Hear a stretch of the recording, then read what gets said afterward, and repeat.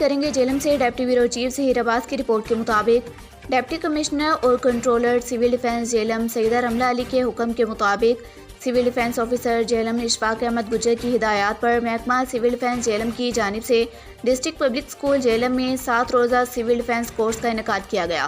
اس حوالے سے انسٹرکٹر محمد رئیس اور محمد بوٹا چیف انسٹرکٹر نے اسکول کے بچوں اور سٹاف کو فرسٹ ایڈ اور فائر فائٹنگ کے لیکچر دیے اور پریکٹیکل کروایا۔ اس موقع پر additional chief warden civil defence Saeed Ahmed بھی موجود تھے۔ پرنسپل سکول حمیرہ راجہ اور سکول سٹاف نے ڈپٹی کمشنر جہلم اور محکمہ سول ڈیفنس کا شکریہ ادا کیا۔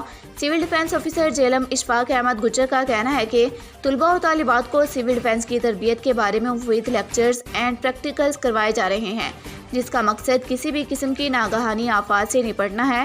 ان کا کہنا تھا کہ ضلع بھر کے تمام تعلیمی ادارہ جات میں سول ڈیفنس کی تربیت دی جا رہی ہے، کیونکہ ایک محفوظ معاشرے کا قیام سول ڈیفنس کی تربیت سے ہی ممکن ہے۔